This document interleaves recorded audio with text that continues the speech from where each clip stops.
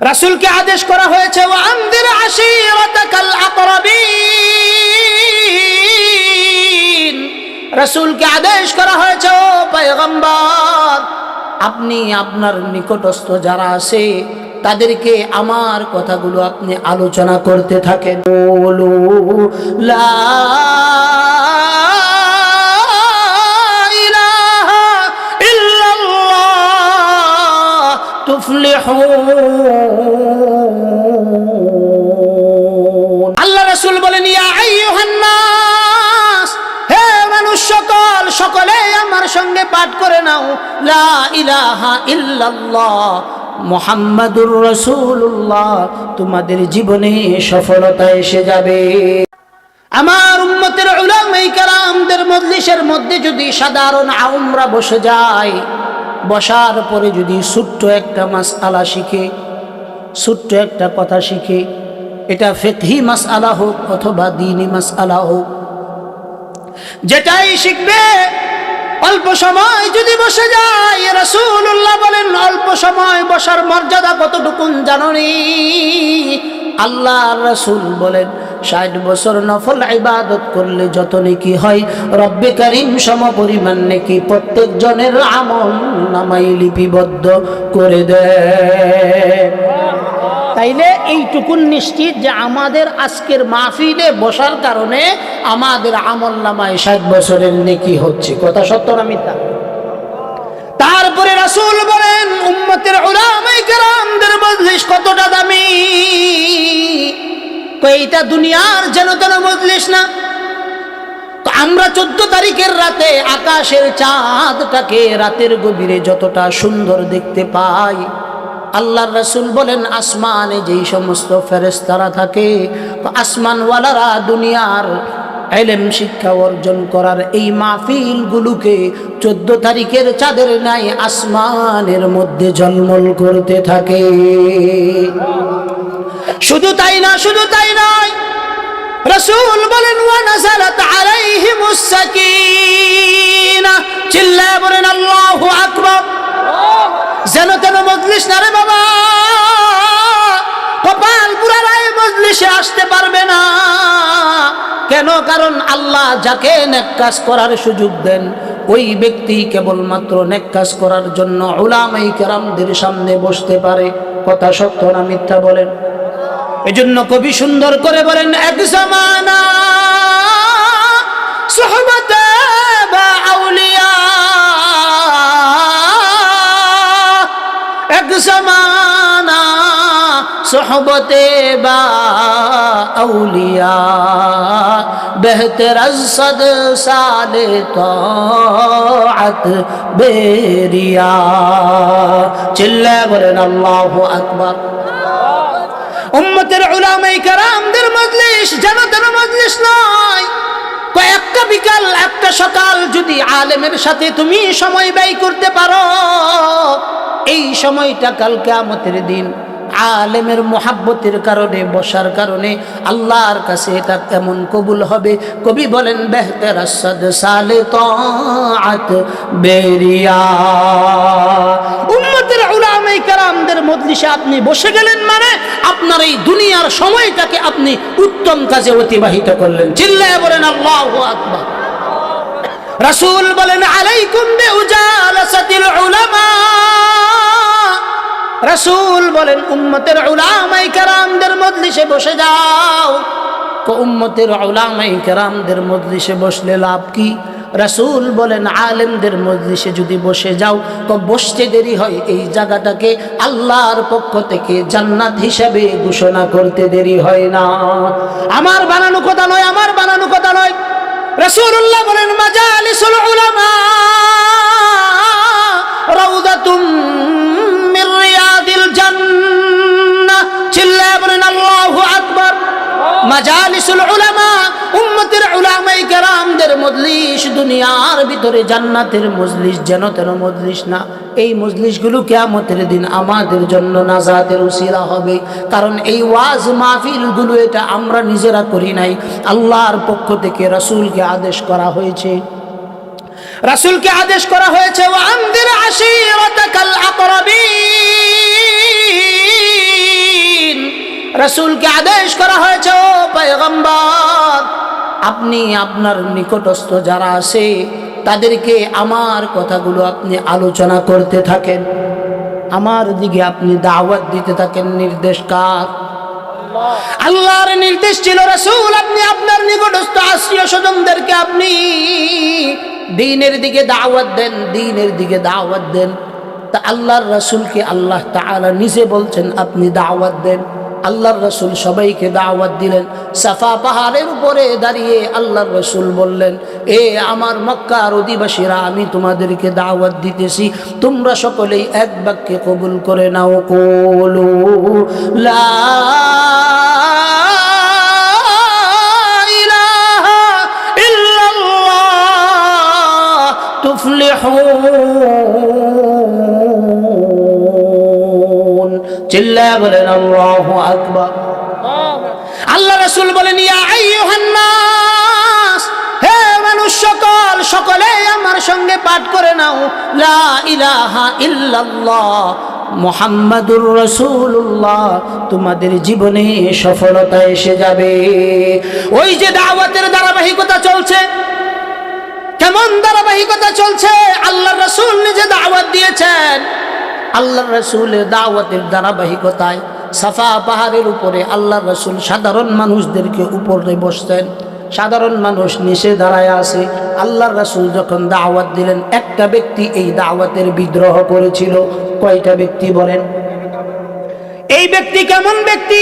যেই ব্যক্তি বিদ্রোহ করেছিল, এই ব্যক্তিটাই যখন রাসূলুল্লাহ এই দুনিয়ার মধ্যে এসেছেন, রাসূলুল্লাহ যখন দুনিয়ার মধ্যে এসেছেন, তার বাতিজায় খবর দিছেন যে তোমার বাতিজা এই দুনিয়াতে আসছে, তোমার মৃত ভাই আব্দুল্লাহর পুত্র এই দুনিয়ার ভিতরে আসছে। ঘোষণা দিতে দেরি হয়েছে, সঙ্গে সঙ্গে সে তার বাদীকে আজাদ করে দিছে।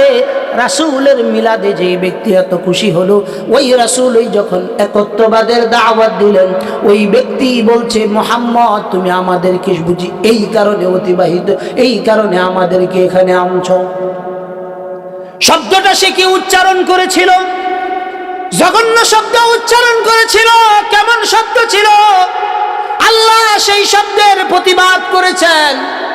সে বলেছিল, মুহাম্মদ তুমি আমাদেরকে কোন কারণে একত্রিত করলা? আল্লাহর রাসূল যখন একত্ববাদের দাওয়াত দিল, আবু লাহাব বলতেছে, তাব্বাল্লাকা আলিহাদা জামাআতানা। চিল্লায়ে বলেন নাউযু বিল্লাহ। রাসূলকে বলতেছে, মুহাম্মদ নাউযু বিল্লাহ, মুহাম্মদ তুমি ধ্বংস হও, এই কারণে নাকি তুমি আমাদেরকে একত্রিত করছো? আল্লাহ বলেন, আমার রাসূলকে কেউ যদি গালি দেয়, ওই ব্যক্তিকে আমি ছেড়ে দেই না। কে বলতেছেন? আল্লাহ বলতেছেন, আমার হাবিবকে যদি কেউ গালি দেয়, ওই ব্যক্তির গালির জবাব আমার নবীকে দিতে হয় না। আল্লাহর রাসূল বলেন নাই, আল্লাহ তাআলা নিজে বলেছেন, আবু লাহাব তুমি তো ধ্বংস হবা, তোমার পরিবার ধ্বংস হবে, তোমার 14 গোষ্ঠী কিয়ামত পর্যন্ত ধ্বংসপ্রাপ্তদের তালিকার মধ্যে লিপিবদ্ধ হয়ে যাবে। আল্লাহ সূরা নাযিল করে দিলেন, সূরা নাযিল করে দিলেন। উত্তরটা মুহাম্মদ সাল্লাল্লাহু আলাইহি ওয়াসাল্লাম দেয় নাই, স্বয়ং আল্লাহ তাআলার পক্ষ থেকে উত্তর চলে আসছে। তাব্বাত ইয়াদা আবি লাহাবিন ওয়া তাব মা আগনা আনহু মালুহু ওয়া মা কাসাব সায়াসলা নারান যাতা লাহাবিন ওয়া ইমরাআতু হাম্মালাতাল হাতাব ফি জিদিহা হাবলুম মিন মাসাদ। চিল্লায়ে বলেন আল্লাহু আকবার। আওয়াজ হইছে না? আরো জোরে বলতে হবে আল্লাহু আকবার। আল্লাহর নাম যখন বলবেন সর্বোচ্চ আওয়াজে বলতে হবে। আল্লাহ বলেন, ওয়া রাব্বাকা ফাকাব্বির, আমার নামে যখন তাকবীর দিবা সর্বোচ্চ আওয়াজে তাকবীর দিতে হবে। আরেকবার চিল্লায়ে বলেন আল্লাহু আকবার। আল্লাহ উত্তর দিতেছেন, তাব্বাত ইয়াদা আবি লাহাবিন ওয়া তাব। আল্লাহ কয় ধ্বংস হোক ওই দুই হাত, যেই দুই হাত আমার রাসূলের দিকে তেড়ে আসে। কিয়ামত পর্যন্ত যত মানুষ আসবে, এদের মধ্যে যারা নাস্তিকপন্থী হয়ে আমার রাসূলের বিরুদ্ধে কথা বলবে, আবুল আহাবের যেই শাস্তি হয়েছে, আবুল আহাবের উপর যে আদেশ আল্লাহর পক্ষ থেকে হয়েছে, তাদের উপরও একই আদেশ। এরা ধ্বংস হবে, এদের পরিবার ধ্বংস হবে, সামাজিকভাবে এরা ধ্বংস হবে। শুধু এইটা না, কুকুর শৃগালের মতো রাস্তাঘাটে এরা পড়ে মরে থাকবে। কথা ঠিক কি ঠিক না বলে? দাওয়াত দিয়েছেন আল্লাহ রাসূল, দাওয়াত দিয়েছেন। সেই দাওয়াতের ধারাবাহিকতায় আমরাও কিন্তু দাওয়াত দিতে হয়। কোন কারণে আমাদেরকে দাওয়াত দিতে হয়? আল্লাহ রাসূল নিজে দাওয়াত দিয়েছেন, এই কারণেই আমাদেরকে দাওয়াত দিতে হয়। আপনাদেরকে রাতের গভীরে মেহনত করে বড় দূর থেকে এসে আপনাদেরকে দ্বীনের কথা শোনাইতে হয়। কোন কারণে শোনাইতে হয়? কোন কারণে শোনাইতে হয়? আল্লাহ তাআলার পয়গম্বর বিদায় হজ্জের ভাষণে প্রত্যেক সাহাবায়ে কেরামদেরকে সামনে রেখে একটা কথা বলেছিলেন যে আল্লাহর পক্ষ থেকে আমার উপর নবুয়তের যে দায়িত্ব ছিল, আল্লাহ তাআলা আমার উপর দায়িত্ব দিয়েছিলেন, ইয়া আইয়ুহার রাসূল বাল্লিগ মা উনজিলা ইলাইকা মির রাব্বিক ওয়া ইল্লাম তাফআল ফামা বাল্লাগতা রিসালাতা। একটু জোরে বলেন না আল্লাহু আকবার। আল্লাহ রাসূলের পক্ষে দায়িত্ব দেওয়া হয়েছিল, রাসূলকে দায়িত্ব দেওয়া হয়েছিল, নবী আপনি তাবলীগ করেন, আপনি দাওয়াত দেন। সেই দাওয়াতের ধারাবাহিকতায় বিদায় হজ্জের ভাষণে লক্ষ সাহাবায়ে কেরামদের সামনে আল্লাহর রাসূল সাল্লাল্লাহু আলাইহি সাল্লাতু ওয়াস সালাম সাহাবায়ে কেরামদেরকে আদেশ করেছিলেন, ফালইউবাল্লিগিশ শাহিদ মিনকুমুল গায়ব। আল্লাহ রাসূল সাহাবায়ে কেরামদেরকে দায়িত্ব দিয়ে গেছেন, এই সাহাবায়ে কেরাম আমি চলে যাচ্ছি, আমি চলে যাচ্ছি, আগামী বছর হয়তো তোমাদের সাথে সাক্ষাৎ হবে না। আজকের বিদায় হজ্জের ভাষণের মধ্যে যারা উপস্থিত আছো, আমার উম্মতের মধ্যে যারা অনুপস্থিত আছে, তাদের কাছে আমার দাওয়াতগুলো পৌঁছায়া দিবা। জিম্মাদারি কাদের উপর দিয়ে গেছেন বলেন? সাহাবায়ে কেরামদের উপর জিম্মাদারি দিয়ে গেছেন। জিম্মাদারি যখন তাদের উপর দেওয়া হয়েছে, আরব আমিরাত সহ মধ্যপ্রাচ্যের ভিতরে মাত্র 10,000 সাহাবায়ে কেরামদের কবর পাওয়া যায়। কয় হাজার সাহাবী? 10,000 সাহাবীদের কবর পাওয়া যায়। আর বাদ বাকি 1 লক্ষ সাহাবায়ে কেরাম কোথায় গেল, কোথায় গেল, কোথায় গেল? ওই যে রাসূল বলেছেন ফালইউবাল্লিগিশ শাহিদ মিনকুমুল গায়ব। আল্লাহ রাসূল বলেছেন বাল্লিগু আন্নী ওয়ালাউ আয়া। রাসূল বলেছেন আমার পক্ষ থেকে একটি কথাও যদি তোমার জানা থাকে, এই কথাটা তুমি আমার উম্মতের কাছে পৌঁছায় দাও। সেই দায়িত্ব থেকেই কোথা থেকে কোথায় চলে আসছি। জীবনে আপনাদের সঙ্গে কোনো পরিচয় ছিল না, কেউ আমাকে চিনতো না, জানতো না, কোনো কিছুই ছিল না। কিন্তু আল্লাহ রাসূলের কথা পালন করতে গিয়ে আপনাদের খেদমতে হাজির হইতে হয়। তো কোন কারণে হাজির হইতে হয়? রাসূলের পক্ষ থেকে আমাদের প্রত্যেকজন আলেমকে দায়ী হিসাবে ঘোষণা করা হয়েছে। কি হিসাবে ঘোষণা করা হয়েছে বলেন? দায়ী মানে এমনটা নয় যে এক রাতে আপনাদের খেদমতে আসবো, 50,000 করে নিয়ে যাব, এইটা দায়ীর দায়িত্ব নয়। কথা কন্যাকে কষায়ের মতো যদি টাকা নেওয়া হয়, এটার বিনিময় দুনিয়াতেই পাওয়া যাইবা। আল্লাহ কয় দায়ী তো হলো তারা যারা খেয়ে না খেয়ে আমার কথাগুলো প্রচার করবে। কার কথাগুলো প্রচার করবে বলেন? আল্লাহর কথাগুলো প্রচার করবে। আল্লাহর কথা যেই ব্যক্তি প্রচার করবে, এই ব্যক্তির দুনিয়ার সমস্যাও আল্লাহ সমাধান করে দিবেন, রিজিকের সমস্যাও সমাধান করে দিবেন, আখিরাতে ভরপুর জিন্দেগি আল্লাহ দান করবেন। কথা কি আপনাদের বিশ্বাস হয়? কথা কি বিশ্বাস হয়? কোন আলেম যদি মনে করে যে আমি হক পথে চলবো, হারাম খাবো না, কসাইয়ের মতো ওয়াজ করে টাকা নিব না, আল্লাহ বলেন তার রিজিকের জিম্মাদারি আমার। সুবহানাল্লাহ কইতেন মাঝে মাঝে, সুবহানাল্লাহ দুই একটা বাড়ির লেগে রেখে দেন না, এনেই কইবা একটু জোরে কইন সুবহানাল্লাহ। দায়ীদের গুণাবলী হলো দায়ীরা খেয়ে না খেয়ে। সাহাবায়ে কেরাম আমাদের মতো এত আরাম করার সুযোগ পাই না, আমাদের মতো এত আরাম করার সুযোগ পাই নাই। আমি গাজীপুর থেকে আসছি, গাড়ি নিয়ে আসছি, উত্তম মেহমানদারি আমার জন্য করছে। কিন্তু সাহাবায়ে কেরামদের যুগে এই রকম উত্তম মেহমানদারির ব্যবস্থা ছিল? খেয়ে না খেয়ে তারা কষ্ট করেছেন। পেটের মধ্যে পাথর বেঁধেছেন। একদিন আল্লাহর রাসূল দেখেন মসজিদে নববীর ভিতরে সাহাবায়ে কেরাম এসে জড়ো হয়ে বসে আছেন। আল্লাহর রাসূল জিজ্ঞাসা করলেন, তোমরা কোন কারণে মসজিদের মধ্যে আসছো? এখন তো নামাজের সময় না, কোনো কিছুর সময় না। সাহাবায়ে কেরামদের জামাতের মধ্যে উত্তর দিতেছে, ইয়া রাসূলুল্লাহ, পেটের মধ্যে এত ক্ষুধা লাগছে, 3 দিন যাবত খাই না। আল্লাহ রাসূল বলেন, ওয়াল্লাহি ওয়াল্লাহি, আমিও মসজিদের মধ্যে এসেছি, ক্ষুধার যন্ত্রণায় আর সহ্য হয় না। আল্লাহর রাসূল কাপড়টা উঠায় সাহাবায়ে কেরামদেরকে দেখাইলেন যে দেখো, তোমাদের পেটের মধ্যে একটা পাথর বাঁধা, আর আমি মুহাম্মদের পেটের মধ্যে 3টা পাথর বাঁধা। আজকের দিনে আমাদের অবস্থা কেমন হয়েছে? আমরা প্রতি রাতে কষায়ের মতো 1000 টাকা নেই, গাড়ি দিয়ে আসি, গাড়ি দিয়ে যায়। শুধু তাই না, খাবারের কি মেনু আছে এইটাও বইলা দেয়। বুঝেন নাই কথাটা? এটার দ্বারা কি দায়ী হয়ে যায়? এটার দ্বারা দায়ী হওয়া যায় না। এটার দ্বারা যদি কেউ দায়ী বলে আশা করে এবং চিন্তা করে, এই ব্যক্তি তার নিজের অজ্ঞতার বহির প্রকাশ ঘটাবে। কথা ঠিক কি ঠিক না বলে? দায়ীদের গুণাবলী কেমন হওয়া উচিত?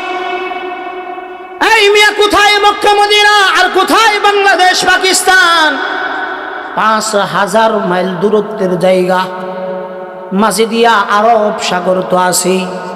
সাহাবায়ে কেরাম ওখান থেকে নৌকা পাড়ি দিয়ে পাকিস্তান, ভারত, ফিলিপাইন, শ্রীলঙ্কা, এই আশপাশের দেশগুলোর ভিতরে তাদের কদম পড়ছে একটা মাত্র কারণ, আল্লাহর রাসূল সাল্লাল্লাহু আলাইহি সাল্লাতু ওয়াস সালাম বলেছেন, তোমরা প্রত্যেকেই দায়ী, আমি চলে যাইতেছি।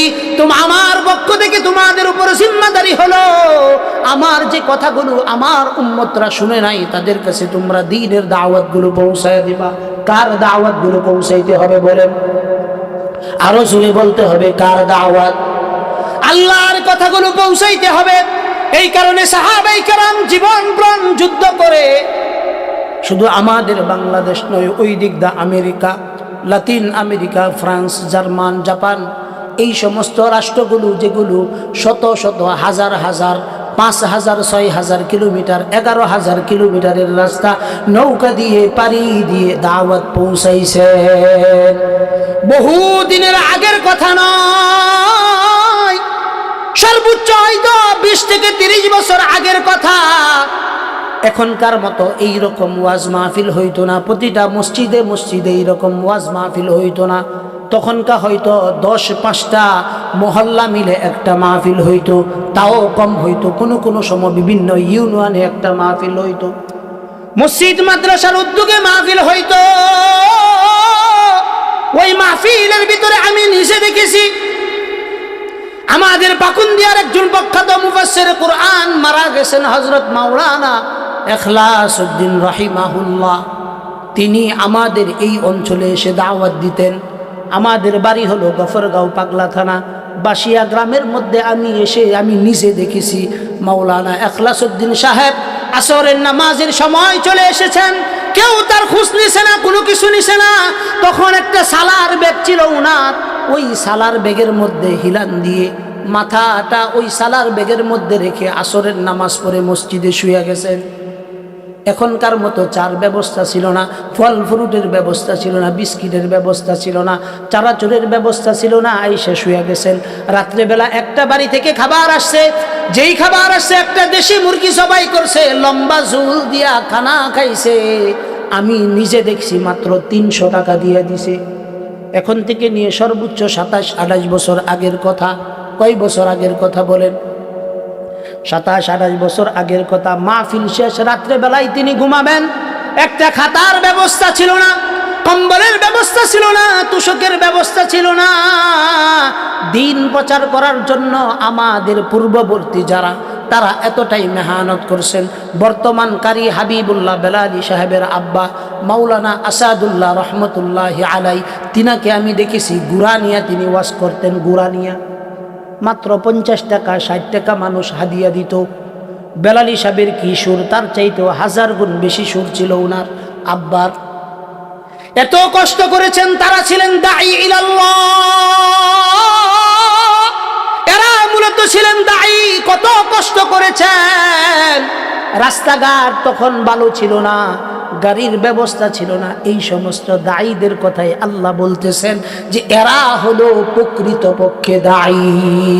আল্লাহ যেন আমাদের এই জামানার যত দায়ী আল্লাহ আছেন, যত বক্তা শ্রেণী আছেন, আল্লাহ যেন সবাইকে প্রকৃতপক্ষে দায়ী ইলাল্লাহ হিসাবে কবুল করেন। সবাই বলেন আমিন। আওয়াজ হয়েছে না? আরো জোরে বলেন আমিন। আমার লাগেও দহরবান, আল্লাহ যেন আমারে ওই লেভেলের দায়ী হিসাবে কবুল করে। একটু খাস করে দহরবেন, বুঝেন না? আমরা ফুলসিরাতের উপরে আছি। কিসের উপরে? ফুলসিরাতের উপরে। কেন? কারণ আমরা জাতিকে দিক নির্দেশনা দিই। কি দেই? দিক নির্দেশনা দিই। দিক নির্দেশনা যেই ব্যক্তি দিবে, এই ব্যক্তি তো আগে দিক নির্দেশনা ফলো করতে হবে। কথা সত্য না মিথ্যা বলে? যেহেতু আমরা দিক নির্দেশনা দেই, আমাদের উপর আসমানি চাপ, জমিনি চাপ, জনগণের চাপ, সবার চাপ আছে। এই চাপগুলো সামলে যেন আমরা দ্বীনের কথাগুলো, সঠিক কথাগুলো যেন উম্মত পর্যন্ত পৌঁছাইতে পারি। কারণ আমি তো একটা জিনিস, ওয়াজের ময়দানে আমার এই রাস্তাটা সবচেয়ে ঘৃণিত একটা রাস্তা ছিল, যে ওয়াজ কইরা টাকা কামানো, ওয়াজ কইরা নিজেরে বড় বানানো, এইটা সবচেয়ে আমার কাছে ঘৃণিত মনে হইতো। বিগত 3-4 বছর আগেও, কয় বছর আগে, 22 সালেও আমি ওয়াজ পছন্দ করতাম সত্যিকার অর্থে। আমার মসজিদে এক বক্তারে দাওয়াত দিলাম, 2 ঘন্টা আলোচনা করছে। কয় ঘন্টা? একটা ইসরায়েলি ঘটনা টানছে, 2 ঘন্টা আলোচনা করছে, একটা আয়াত তেলাওয়াত করছে। পরের দিন আমার মসজিদের মুসল্লিদেরকে জিজ্ঞাসা করলাম, কি গো, বক্তা সাহেবরে যে দাওয়াত দিলাম, 30,000 টাকা দিয়ে দিলাম, 2 ঘন্টা আলোচনা করছে, কোনছা গো, এই ওয়াজ দিয়ে আপনারা কেডা কি হিকসুম?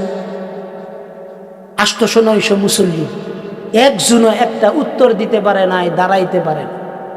ওই দিন আমার মনের ভিতরে এত কষ্ট হইল, 1,00,000 টাকা খরচ করলাম মাহফিলে, আর মুসল্লিরা একটা কিছু শিখলো না। এই রকম বক্তাদেরকে আর দাওয়াত দেওয়া যাবে? তখন থেকে আমার ভিতরে একটা মনোবাসনা এলো যে আল্লাহ তো মোটামুটি কণ্ঠ একবারে কম খারাপ দিছে না, ভালোই দিছে। দেখি কই আপনারা অতক্ষণ পর্যন্ত যা শুনছেন, কি মোটামুটি কম খারাপ? ভালোই খারাপ। কি কই? ফেসলাচ্ছে আরে, মোটামুটি ভালো। মোটামুটি কি ভালো? তা আমি কই এই রাস্তাটার ভিতরে অযোগ্য মানুষগুলো আসার কারণে কোরআন হাদিস বিমুখিতা ঘটনার দিকে মানুষদেরকে নিয়ে যাইতেছে। কথা সত্য না মিথ্যা? লম্বা সময় কিচ্ছা কইয়া কান্দায়া একবারে শেষ। এই কান্দা পর্যন্ত আমনে শেষ। বাড়িতে কি কিছু লয়ে যান যা? কথা কইলা, বাড়িতে কি কিছু লয়ে যান যা? এই যে লয়ে যাওয়া জানা, আমি 20,000 30,000 টাকা দিয়া এই সমস্ত বক্তাদেরকে দাওয়াত দিলাম।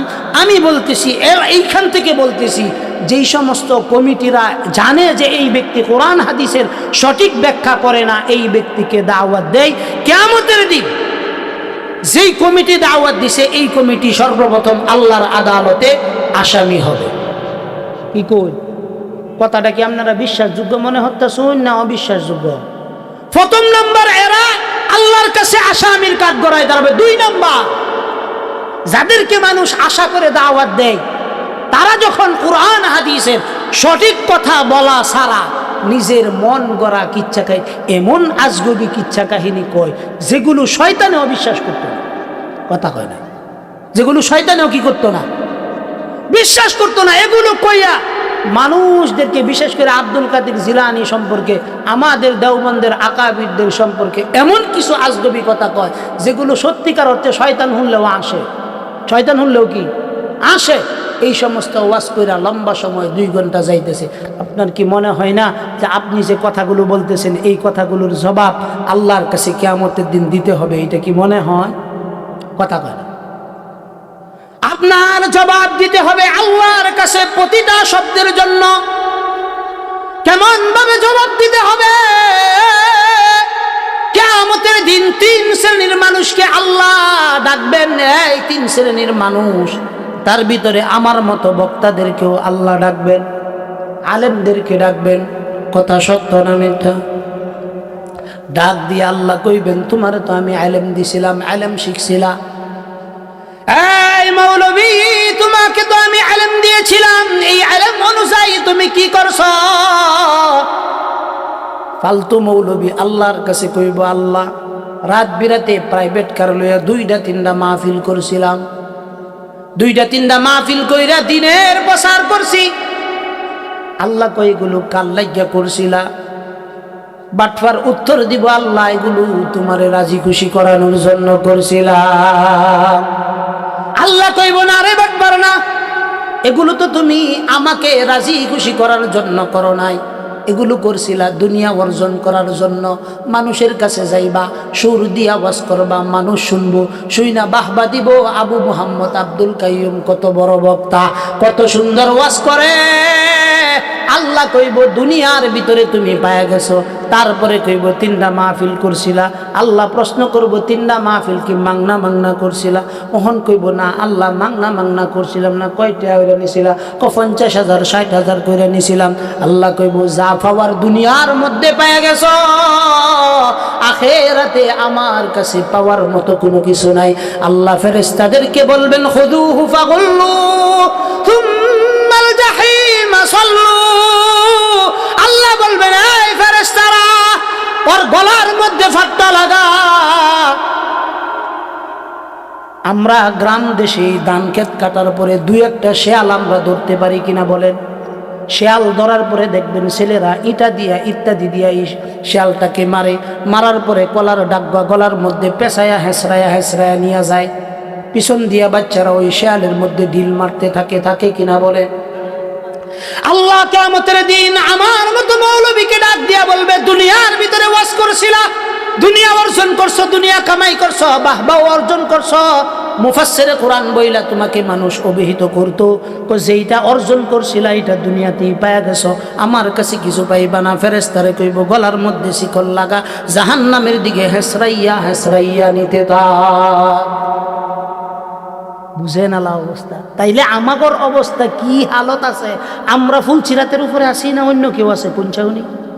আপনারা অধিকাংশ মানুষ জান্নাতি, আমাগর যারা শ্রোতা আছে এরা অধিকাংশই কি জান্নাতি। কেরে? ভুল কইলেও আপনারা আমল করুন, সঠিকটা কইলেও আমল করুন। কেন ভুলকে কইতা সেটা তো আপনারা জানুন না। হুজুরে কইছে, হুজুরের উপর আস্থা আছে, এই কারণে মাইন্না নেন। এটা সত্য কথা বল। আমি কিন্তু বাজান ওয়াজ শুরু করি নাই, ওয়াজটা একটু লম্বা হইব, আপনারা একটু সময় দেবেন। আমার বিশ্বাস ইনশাআল্লাহ আপনাদের ফায়দা হবে, কিছু নিয়ে যাইতে পারবেন ইনশাআল্লাহ। আমি ওই রকম ফিকির কইরে আমি সপ্তাহ সর্বোচ্চ 4টা মাহফিল করি, 3 দিন কিতাবা দিলে বইরাতেই যেন প্রতি মাহফিলে এক আলোচনা না হয়। বুঝেন নাই কথাটা? কারণ আমার তো এই ওয়াজ দিয়ে আখেরাত কামাল লাগবে। বুঝেন না? এই ওয়াজ দিয়ে কি কামাল লাগবো? আখেরাত কামাল লাগবে। এইটা দিয়ে আমি জান্নাতে দেন, অন্য কোনো আমল আমার না। আপনার আমল করবেন, শুনবেন, আমল করবেন। এই আমনে আমলের একটা অ্যাকাউন্ট থেকে আমার অ্যাকাউন্টেও কিছু আইব, জমা হইতো না গো। এই জমাটা লই আমি ফারি দিই। এই কারণে আমার ওয়াজ খুব হিসাব করে করি।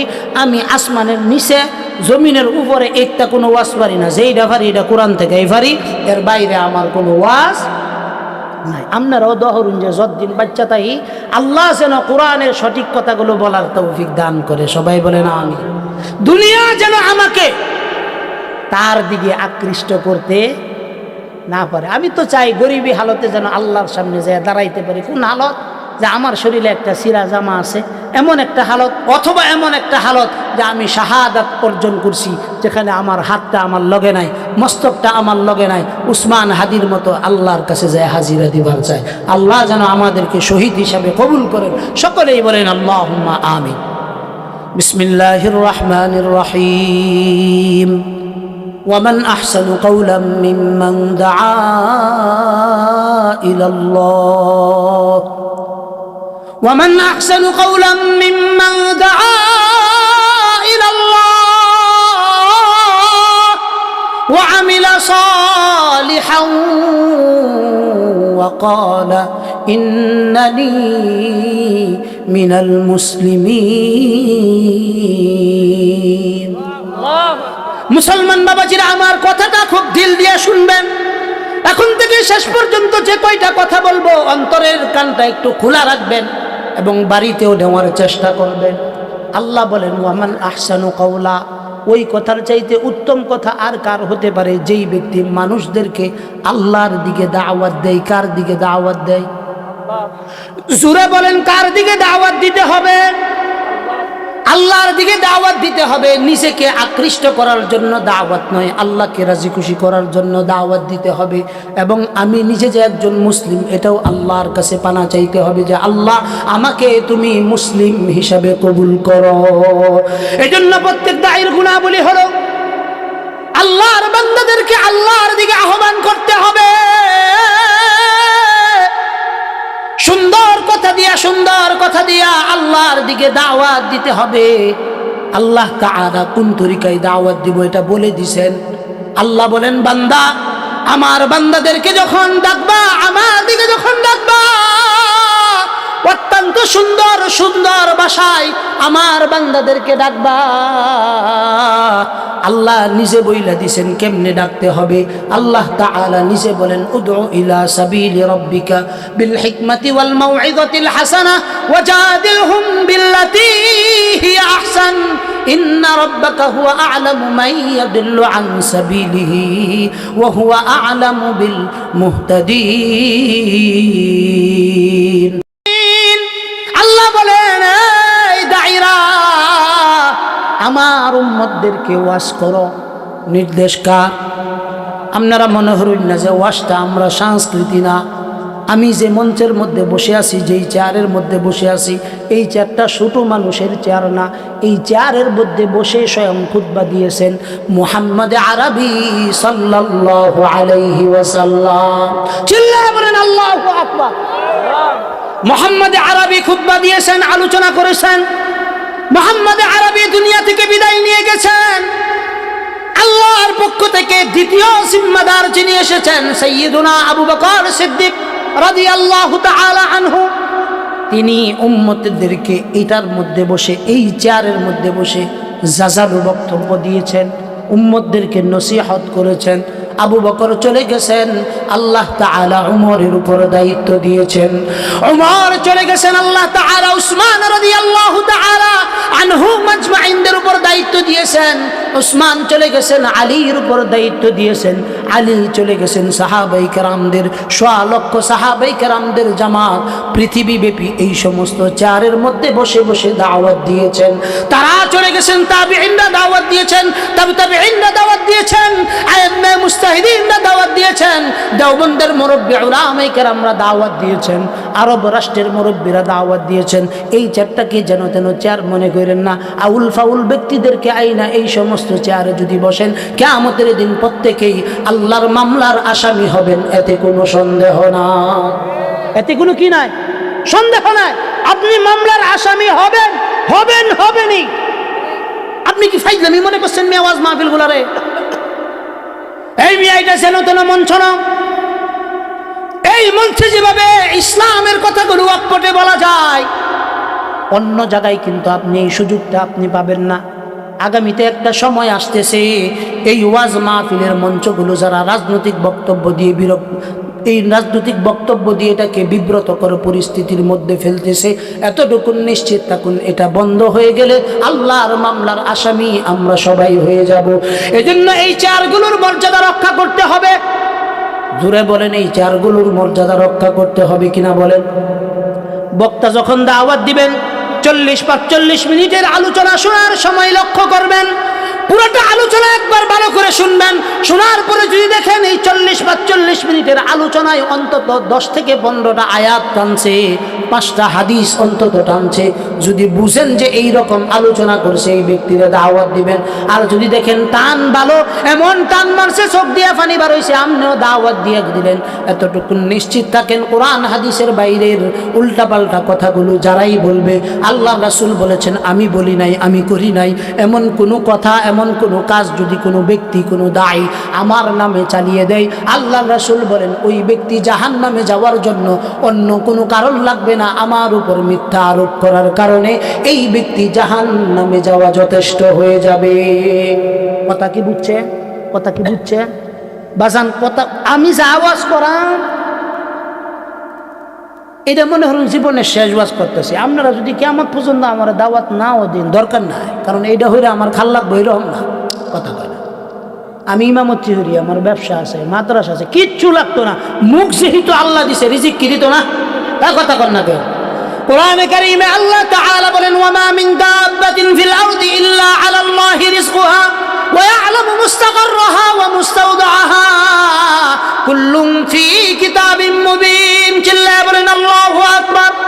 আল্লাহ বলেন বান্দা জমিনের ভিতরে বিচরণকারী যত প্রাণী আছে আল্লাহ কয় সকল প্রাণীর রিজিকের জিম্মাদারি আমার কার? আল্লাহ অন্য জায়গায় বলেন ওয়া মাইয়াত্তাকিল্লাহ ইয়াজআল লাহু মাখরাজা ওয়া ইয়ারযুকুহু মিন হাইথু লা ইয়াহতাসিব। আল্লাহ বলেন বান্দারে তাকওয়ার জিন্দেগি যদি তোমার মধ্যে চলে আসে, কিসের জিন্দেগি? একটু জোরে বলেন বাবা, কিসের জিন্দেগি? তাকওয়ার জিন্দেগি যদি তোমার ভিতরে চলে আসে, আল্লাহ বলেন ওয়া মাইয়াত্তাকিল্লাহ ইয়াজআল লাহু মাখরাজা ওয়া ইয়ারযুকুহু মিন হাইথু লা ইয়াহতাসিব। চিল্লায়ে বলেন আল্লাহু আকবার। আল্লাহ কয় তাকওয়ার জিন্দেগি যদি অবলম্বন করতে পারো, লা ইয়াহতাসিব, আল্লাহ কয় হিসাব ছাড়া রিজিকের ব্যবস্থা আমি করব। চিল্লায়ে বলেন আল্লাহু আকবার। হিসাব ছাড়া রিজিক আল্লাহ খাওয়াই কিনা ভালো কইরা বুঝেন। অক্টোবরের 17 তারিখ থেকে শুরু করছি আজকে পর্যন্ত প্রায় 75-এর কাছাকাছি মাহফিল করলাম। প্রতিদিনেই যেখানে যাইতেছি 8টা-10টা করে আইটেম পাকাইতেছে। এক জায়গায় গেছি টাঙ্গাইল কাকুয়াল গেছি, একটা আইটেম না, 2টা আইটেম না, ওখানে পাকাইছে প্রায় 29টা আইটেম দিয়ে খাবার খাওয়াইছে।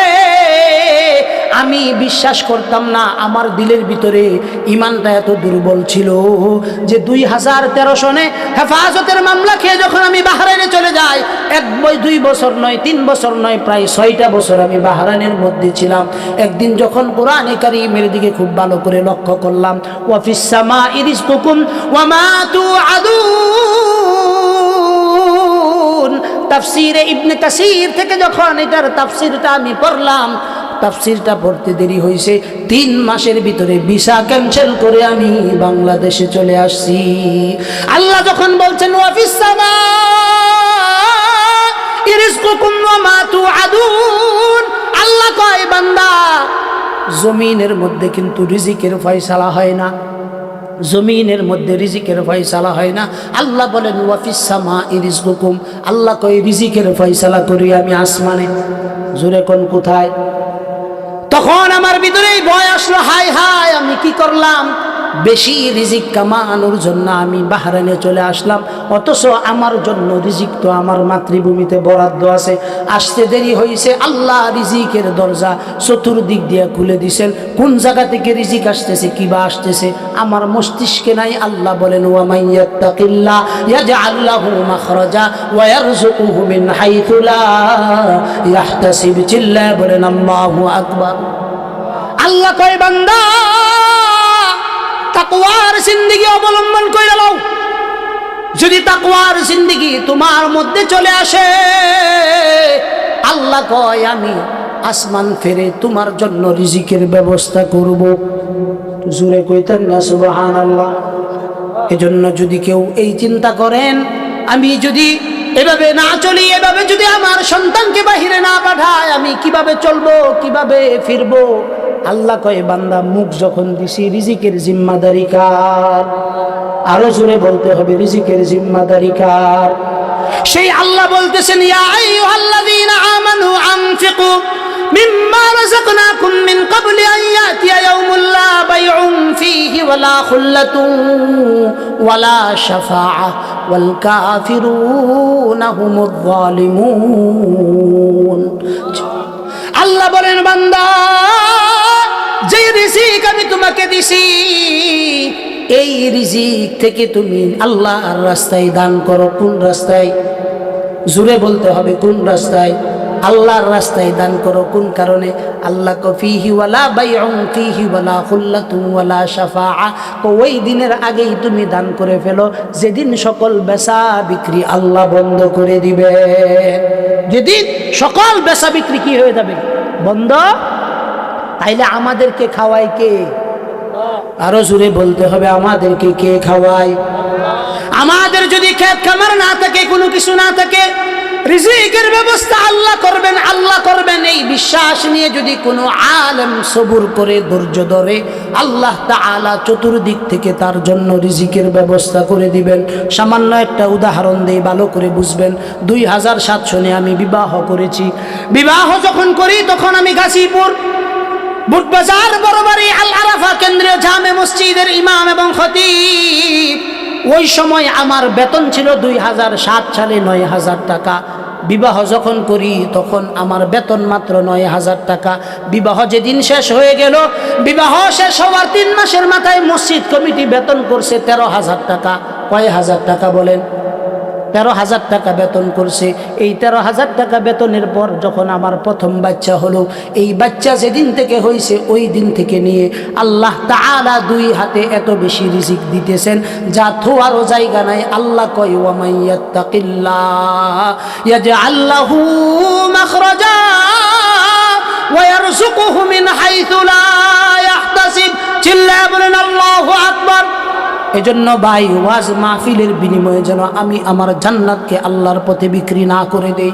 যা বলবো আমি আল্লাহকে রাজি খুশি করার জন্য যেন বলি। যদি আমি আল্লাহকে রাজি খুশি করার জন্য বলতে পারি, আমার প্রতিটা কথা আল্লাহ তাআলা তার বান্দাদের দিলের ভিতরে গাঁথায়া দিবেন। কোন কারণে গাঁথায়া দিবেন? আমাদের বড় বড় মুরব্বীরা যারা ছিল তারা কিন্তু লম্বা সময় আমাদের মতো আলোচনা করতো না, আমাদের মতো লম্বা সময় আলোচনা করতো না। 2, 4, 5, 10 মিনিট তারা কথা বলতেন। কিন্তু আমাদের কথা আর তাদের কথার ভিতরে পার্থক্য হলো এটাই, তারা যখন কথা বলতেন দর্দে দিল নিয়ে কথা বলতেন। কি নিয়ে? অন্তরের ভিতরে উম্মতের মোহাব্বত নিয়ে কথা বলতেন, দরদ নিয়ে কথা বলতেন। এজন্য কবি বলেন, দর্দে দিল কি ওয়াস্তে पैदा किया इंसान को, दर्द दिल की वास्ते पैदा किया इंसान को, वरना ताअत के लिए कुछ कम न था कर रूबिया। चिल्लाए बोलेन अल्लाहु আকবার। আগেকার দিনের দায়ী যারা ছিল তারা খাবার আইটেমের মেনু দিত না, ওয়াজ করার আগে আমাকে সিকিউরিটি দিতে হবে এগুলো দিত না, প্রাইভেট কারের ভাড়া অগ্রিম পাঠিয়ে দিতে হবে এগুলো নিত না।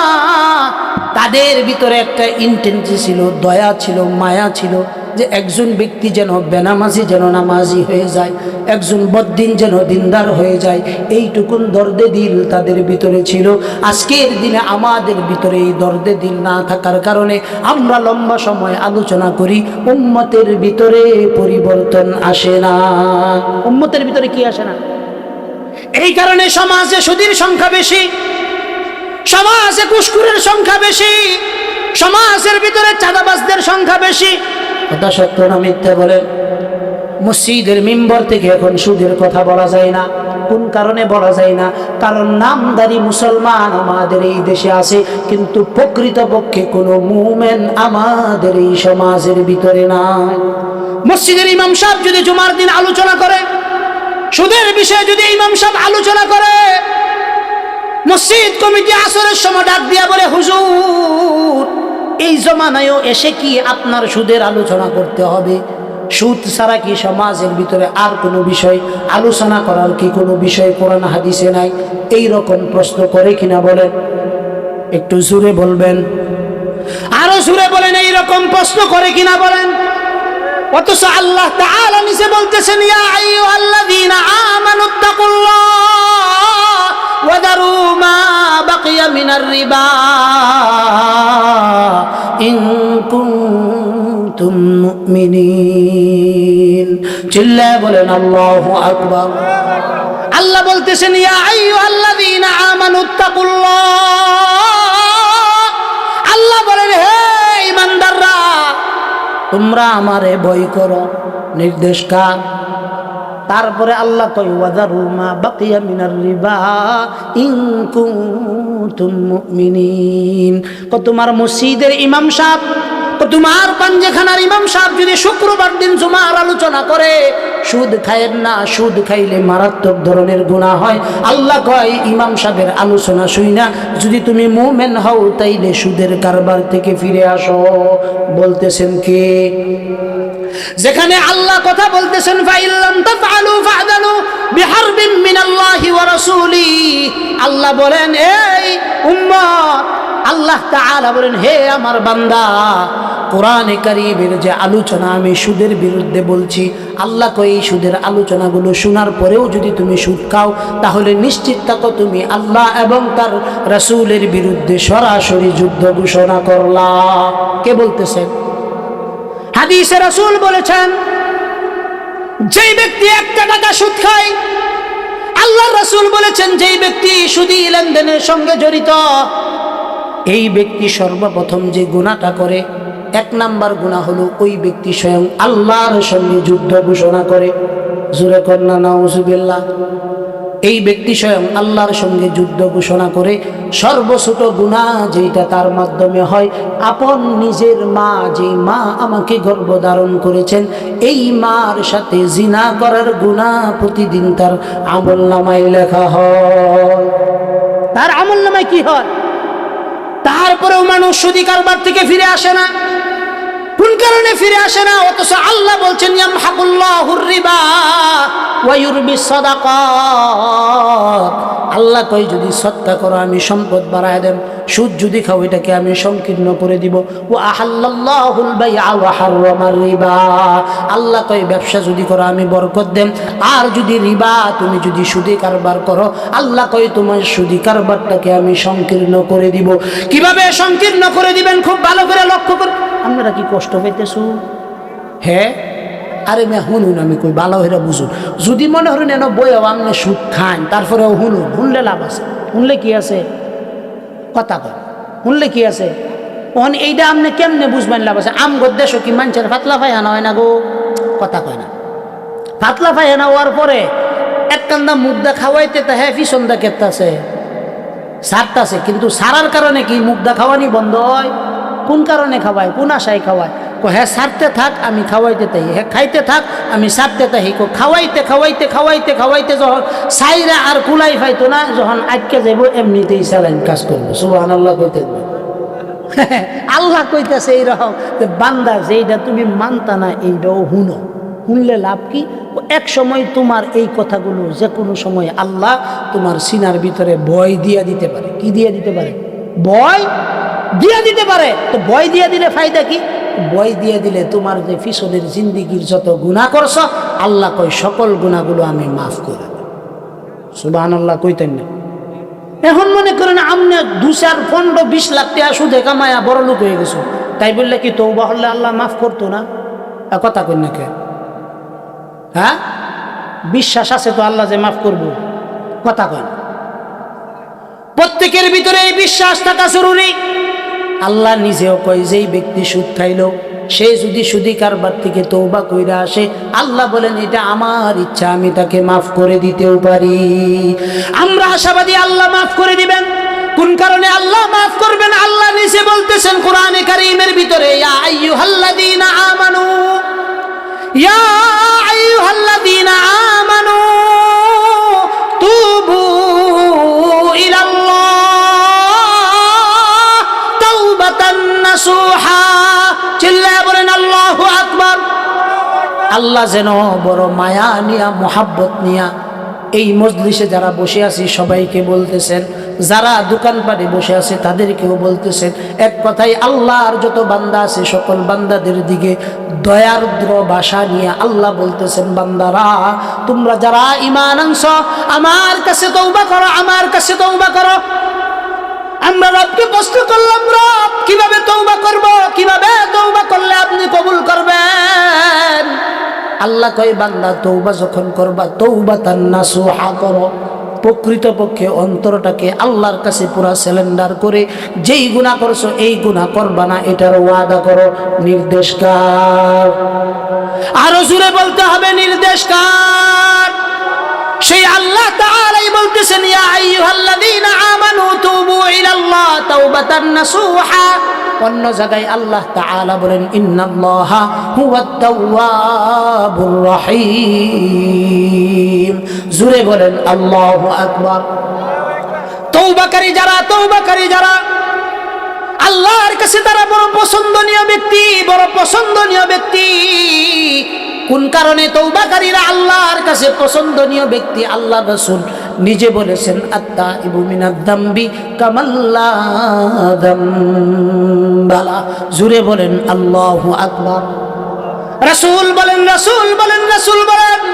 এই আমার উম্মতেরা, আল্লাহর কাছে তওবা করো, আল্লাহর কাছে তওবা করো। আমরা রাসূলকে প্রশ্ন করলাম, রাসূল তওবা করলে কি লাভ?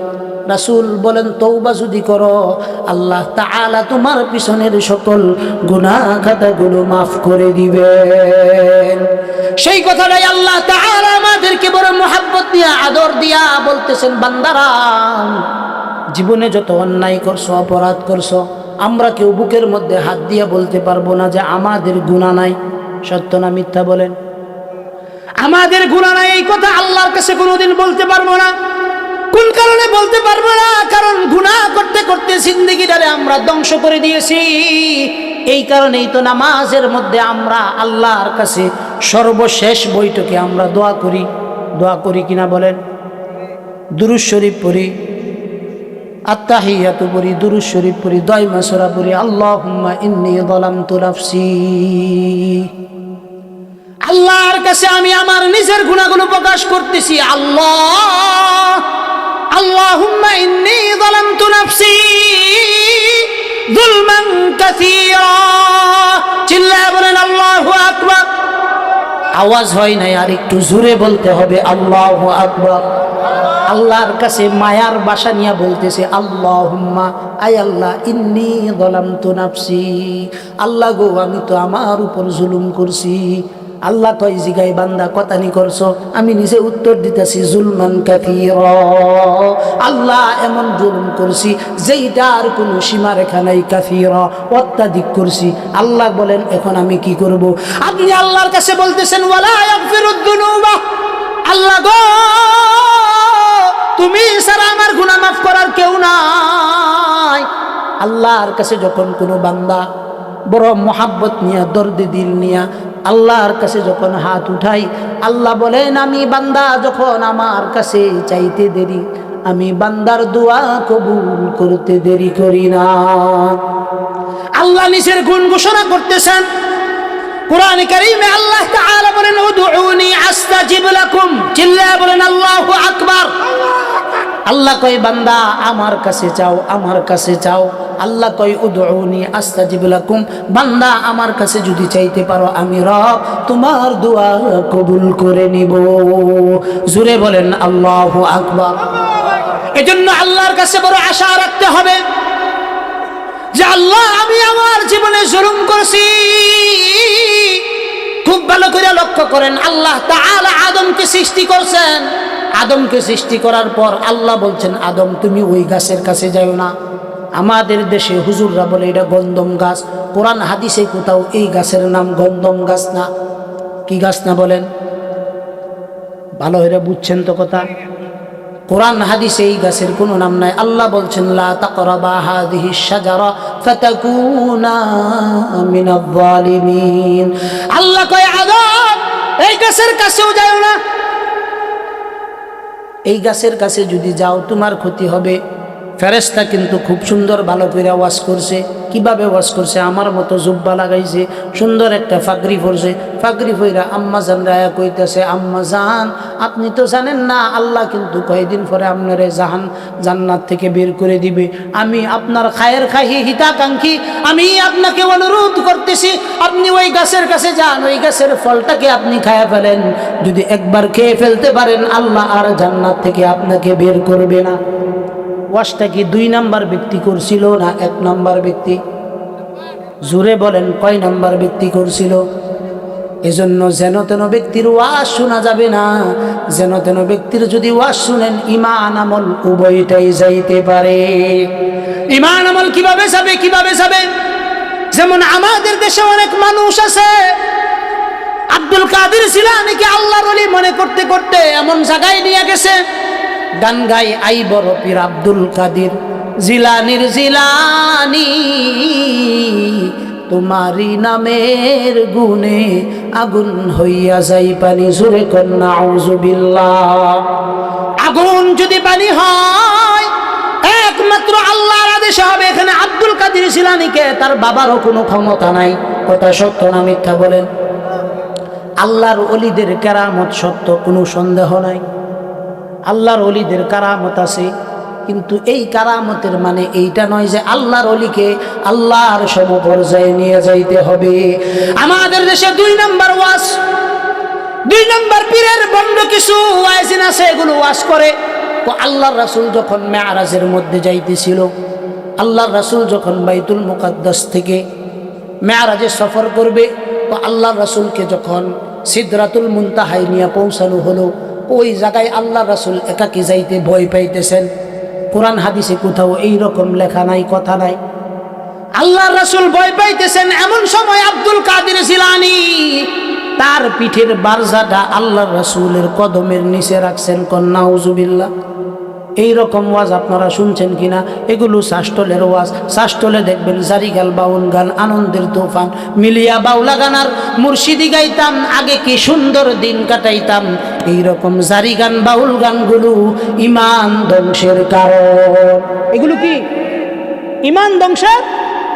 এই দেশের বন্ড পীরেরা, ইহুদি খ্রিস্টান মুশরিকরা যতটা ধর্মের ক্ষতি করতে পারে নাই, ধর্মের লেবাস গাই দিয়ে আমাদের এই বন্ড ফিরেরা মানুষদের ইমানগুলোকে ধ্বংস করছে। এদেরকে আপনি রাসূলের বিরুদ্ধে যখন কেউ কথা বলে আপনি পাইবেন না। এদেরকে কোন সময় পাইবেন? 2.5 পেসের জিলাপি খাওয়ার জন্য, 12ই রবিউল আউয়াল মিলাদুন নবী পালন করার জন্য এগরে পাওয়া যায়। আছে না নাই? এগুলো আশেকে রাসূল না, এগুলো হইল আশেকে শয়তান। এগুলো কি বলেন? আশেকে শয়তান। এগুলো আল্লাহর রাসূলের আশেক না।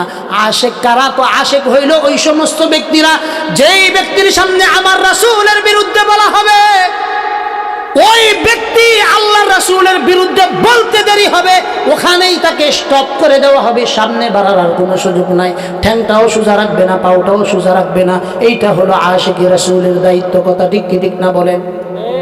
খুব ভালো করে 5 মিনিটের মধ্যে আমি ওয়াজ গুছায় আনতেছি। আল্লাহ রাসূল সাল্লাল্লাহু আলাইহি ওয়াসাল্লাম দুনিয়া থেকে বিদায় নিয়েছেন, ওয়াফাত হয়েছেন। ইয়ামানের ভিতরে এক মিথ্যা নবুয়তের দাবিদার মুসাইলামাতুল কাজ্জাব নবুয়তের দাবি করলো। আল্লাহর রাসূলের পক্ষ থেকে খলিফাতুর রাসূল সাইয়্যিদুনা আবু বকর সিদ্দিক রাদিয়াল্লাহু তাআলা আনহু যুদ্ধের জন্য দল প্রেরণ করেছেন। যেন তেন দল নাই, অনেক বড় যুদ্ধের দল প্রেরণ করেছেন।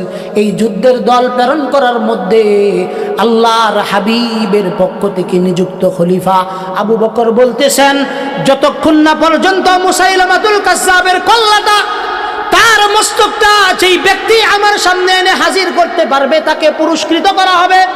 সাহাবায়ে কেরাম মিথ্যা নবুয়তের দাবিদার মুসাইলামাতুল কাজ্জাবের বিরুদ্ধে যুদ্ধ করতে গিয়ে একদিনে 1300 সাহাবায়ে কেরাম শাহাদাত বরণ করেছে। কয় শত? আরো জোরে বলতে হবে, কয় শত সাহাবায়ে কেরাম? 1300 সাহাবায়ে কেরাম শাহাদাত বরণ করেছেন। অথচ রাসূল তার জীবনে 27টা যুদ্ধ পরিচালনা করেছেন। এই 27টা যুদ্ধের ভিতরে ইতিহাসের ভিতরে পাওয়া যায় সর্বোচ্চ 750 থেকে 800 সাহাবায়ে কেরাম শাহাদাত বরণ করেছেন। আর খতমে নবুয়তের দাবিকে সমুন্নত রাখার জন্য, খতমে নবুয়তের চাদরকে সমুন্নত রাখার জন্য একদিনে 1300 সাহাবায়ে কেরাম নিজেদের জীবনকে উৎসর্গ করেছে। শুধু তাই না, শুধু তাই না, এই 1300 সাহাবায়ে কেরামদের ভিতরে প্রায় 900-র উপরে হাফেজে কোরআন ছিল। এতগুলো মানুষ আল্লাহর রাসূলের ইজ্জত রক্ষায়, খতমে নবুয়তের ইজ্জত রক্ষায় জীবন দিল। আর তোমরা সারা বছর নামাজের খবর নাই, রোজার খবর নাই, কোনো কিছুর খবর নাই। 12ই রবিউল আউয়াল আইলে 2.5 পেসের জিলাপি খাওয়ার জন্য জশ্নে জুলুসের নামে নাইমা যায়। আর রাসূলের বিরুদ্ধে যখন বলে তখন আর কথা বলে না। যদি সুন্নি আর ওয়াহাবি মিলে যদি আল্লাহ রাসূলের ইজ্জতকে সমুন্নত রাখার জন্য অন্তত খতমে নবুয়তের চাদরকে সমুন্নত রাখার জন্য এক শাহাদাত বরণ করেছেন। অথচ রাসূল তার জীবনে 27টা যুদ্ধ পরিচালনা করেছেন। এই 27টা যুদ্ধের ভিতরে ইতিহাসের ভিতরে পাওয়া যায় সর্বোচ্চ 750 থেকে 800 সাহাবায়ে কেরাম শাহাদাত বরণ করেছেন। আর খতমে নবুয়তের দাবিকে সমুন্নত রাখার জন্য, খতমে নবুয়তের চাদরকে সমুন্নত রাখার জন্য একদিনে 1300 সাহাবায়ে কেরাম নিজেদের জীবনকে উৎসর্গ করেছেন। শুধু তাই না, শুধু তাই না, এই 1300 সাহাবায়ে কেরামদের ভিতরে প্রায় 900-র উপরে হাফেজে কোরআন ছিল। এতগুলো মানুষ আল্লাহ রাসূলের ইজ্জত রক্ষায়, খতমে নবুয়তের ইজ্জত রক্ষায় জীবন দিল। আর তোমরা সারা বছর নামাজের খবর নাই, রোজার খবর নাই, কোনো কিছুর খবর নাই। 12ই রবিউল আউয়াল আইলে আড়াই বছর জিলাপি খাওয়ার জন্য জশ্নে জুলুসের নামে নাই মাজায়। আর রাসূলের বিরুদ্ধে যখন বলে তখন আর কথা বলে না। যদি সুন্নি আর ওয়াহাবি মিলে যদি আল্লাহ রাসূলের ইজ্জতকে সমুন্নত রাখার জন্য, অন্তত খতমে নবুয়তের চাদরকে সমুন্নত রাখার জন্য একদিনে তারা দেখামুখী হয়ে দাবি পেশ করত, অবশ্যই বাংলাদেশে নবীকে সংসদে শেষ নবী হিসাবে দাবি উত্থাপন করতে একদিন সময় লাগতো না। কথা ঠিক কি ঠিক না বলেন? কিন্তু এই দাবি উত্থাপন করা হয় না একমাত্র মুনাফিকদের কারণে। এই কারণে আল্লাহ তাআলা বলছেন, ইন্নাল মুনাফিকিনা ফিদ দারকিল আসফালি মিনান নার ওয়া লান তাজিদ লাহুম নাসীরা। মুনাফিকদের জায়গা এমন জায়গায় হবে যেখানে আবু লাহাবকেও জায়গা দেওয়া হবে না, উতবাকেও জায়গা দেওয়া হবে না, শাইবাকেও জায়গা দেওয়া হবে না, আবু জাহেলকেও দেওয়া হবে না, নমরুদকেও জায়গা দেওয়া হবে না। মুনাফিকদেরকে এর চাইতে নিকৃষ্ট জায়গায় দেখা দেওয়া। কোন কারণে? কোন কারণে? আল্লাহ নিচে বলেন কোন কারণে, মুদাবদাবিনা বাইনা যালিক লা ইলাহা উলাই ওয়া লা ইলাহা উলা। আল্লাহ কয় মুনাফিকদের চরিত্র হইল মারাত্মক খারাপ। তো কিরম খারাপ? তো দেখবেন কখনো থাকবে ইসলামের পক্ষে, আবার যদি কোনো সময় 2-4টা আসন পাই যাইব গা ইসলামের বিপক্ষে। কথা ঠিক না বে ঠিক?